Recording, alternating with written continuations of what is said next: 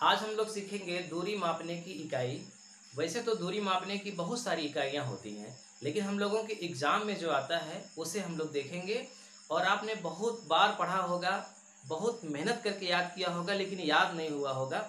आज हम लोग ऐसी ट्रिक से याद करेंगे कि ज़िंदगी भर के लिए याद हो जाएगा। तो इसी वीडियो में हम लोग याद भी करेंगे और हम लोग कुछ सवाल भी लगाएंगे, तो वीडियो को पूरा देखिएगा।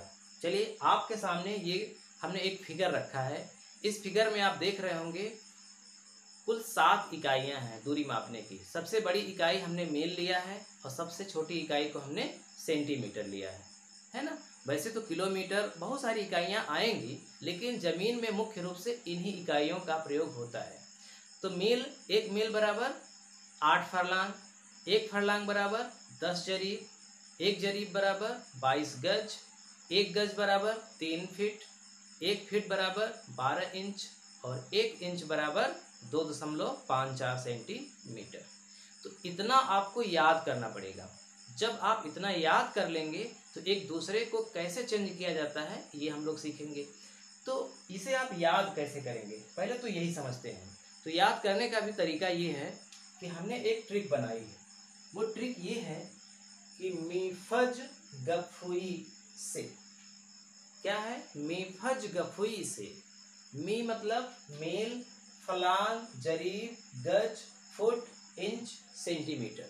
और इन दो मतलब 2 इकाइयों के बीच में जो अंक लिखे गए हैं वो क्या है, आप समझ ही रहे होंगे क्योंकि आप उसे देख चुके हैं।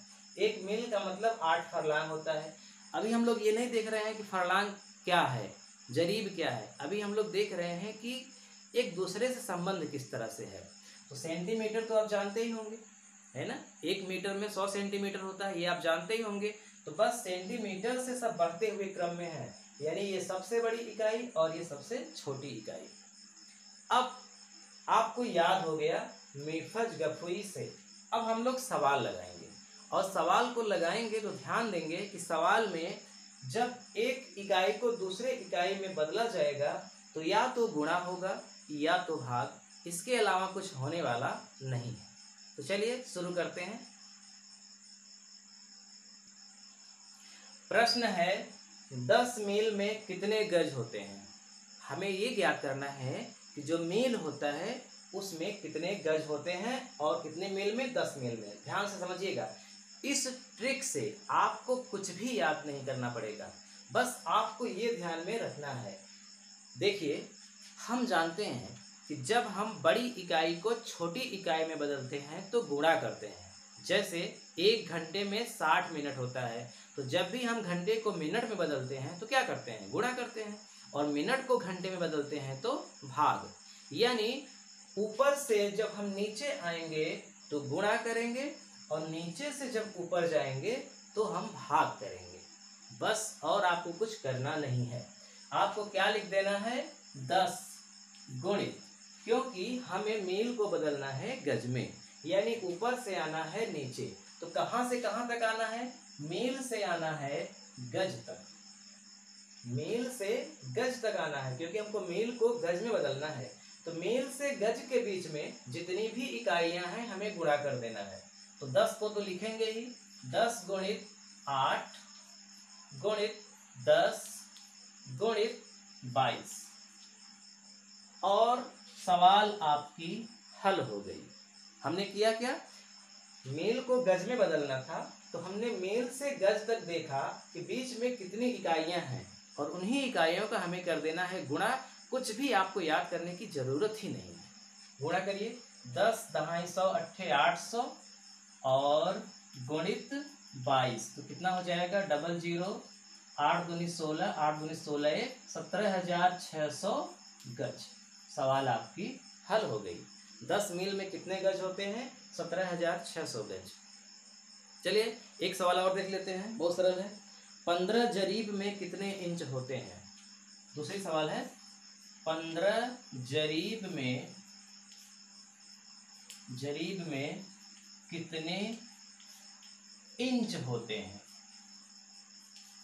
यहां भी हमें बड़े को छोटे में बदलना है, यानी ऊपर से नीचे आना है। और जब भी ऊपर से नीचे यानी कि बड़े को छोटे में बदलना होगा तो हमें क्या करना है, गुणा। कुछ भी नहीं करना है, गुणा कर देना है 15 का सॉरी 15 का किस में गुणा करना है, तो किस में गुणा करना है, जरीब से इंच तक। तो जरीब कहाँ है, ये है यानी कि जरीब से हमें आना है इंच तक। तो जरीब से इंच तक के बीच में कितनी इकाइयां हैं, 22 3 12, 22 3 12, तो 22 गुणित 3 गुणित 12। यही आपको ध्यान रखना है, जहां से हमें शुरू करना है वहां से लेकर के जहां हमें जाना है वहां तक के इकाइयों का गुणा करना है। तो हमें जरीब से जाना था इंच तक, तो हमने देखा कि जरीब यहाँ है, इंच यहाँ है, इन दोनों के बीच में 3 इकाइयाँ हैं, 22 3 और 12। अब हमने यहाँ लिखा है, ये आप याद कर लीजिए, ट्रिक से याद कर लीजिए। और अगर आपको नहीं याद होता है ना, तो भी परीक्षा में अगर आएगा तो इसे लिखने में अधिकतम 5 सेकंड लगेगा। 5 सेकंड अगर आप लगा कर लिख देंगे तो ये सवाल 100% सही हो जाएगी, ये गारंटी है। चलिए गुणा कर दीजिए, 15 का 22 में गुणा करिए, फिर 3 में गुणा करिए, फिर 12 में गुणा कर दीजिए। तो 15 दूना 30, 15 दूना 30, 3 33, इधर इतना आया, और 12 तिहाई 36। ठीक है, 12 तिहाई 36, गुणा कर दीजिए 11,880, 11,880 इंच। यानी 10 जरीब में कितने इंच होते हैं, 11,880 इंच। तीसरा प्रश्न है, 13,200 फुट में कितने फरलांग होते हैं, 13,200 फुट में कितने फरलांग होते हैं। अब क्या है, पिछले 2 प्रश्नों में हमने बड़ी को छोटे में बदला, अब तीसरे प्रश्न में हम छोटे को बड़े में बदल रहे हैं, क्योंकि फुट छोटा होता है, फरलांग बड़ा होता है। तो फुट कहाँ है, यहाँ है, फरलांग कहाँ है, यहाँ है। फुट से फरलांग तक क्या करना है, भाग, क्योंकि छोटे को चेंज करना है बड़े में। तो किसमें भाग देना है, 13,200 में भाग देना है। किसका भाग देना है, फुट से। चलिए, फुट यहाँ है, फुट में कितने फरलांग होते हैं, तो फुट यहाँ है, तो फुट से फरलांग तक जाना है। तो 3 का भाग दीजिए, 3 के बाद 22 का भाग दीजिए,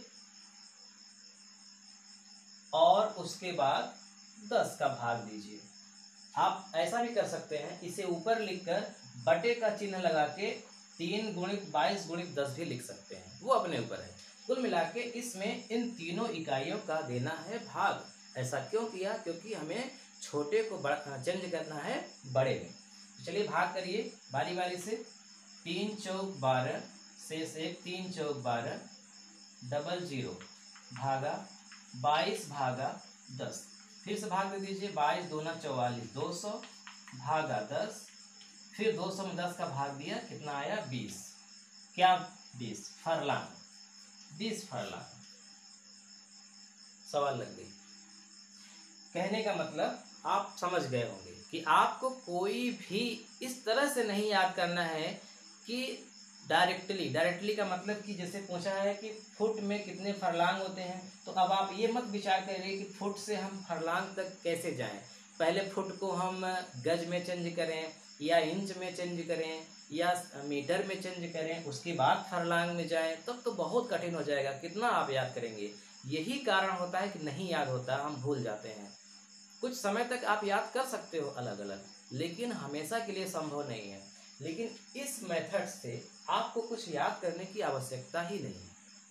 चलिए, तो आज हम लोगों ने क्या सीखा कि हमने 7 इकाइयाँ देखी है ना, मील, फरलांग, जरीब, गज, फुट, इंच और सेंटीमीटर।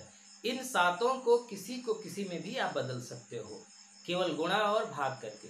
बड़े को यानी कि ऊपर से नीचे आना है, यानी कि बड़े को छोटे में बदलना है तो गुणा करना है, और नीचे से ऊपर जाना है यानी कि छोटे को बड़े में बदलना है तो भाग करना है।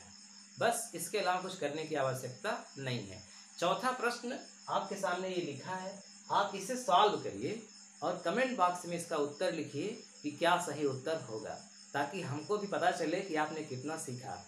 और अगले वीडियो को जरूर देखिएगा, क्योंकि अगला वीडियो अब इससे थोड़ा सा हट करके है। उसमें हम देखेंगे लट्ठा यानी कि गट्ठा क्या होता है, कड़ी क्या होता है, इनका आपस में संबंध क्या होता है, और गट्ठे को गज में कैसे बदलेंगे, फिट में कैसे बदलेंगे। तो वो थोड़ा सा इससे थोड़ा सा कठिन हो जाता है, बहुत कठिन नहीं, थोड़ा सा। अगर आप इसे समझ गए हैं तो उसे भी समझ जाएंगे। उसके बाद हम लोग देखेंगे कि बिस्से को बीघे में कैसे कन्वर्ट करते हैं, हेक्टेयर को एकड़ में कैसे कन्वर्ट करते हैं, एकड़ को बीघे में कैसे कन्वर्ट करते हैं। इस तरह से हम लोग पूरी ज़मीन की माप, लंबाई की भी और क्षेत्रफल का भी कर लेंगे। तो वीडियो कैसा लगा कमेंट करके हमको ज़रूर बताइएगा। नमस्कार।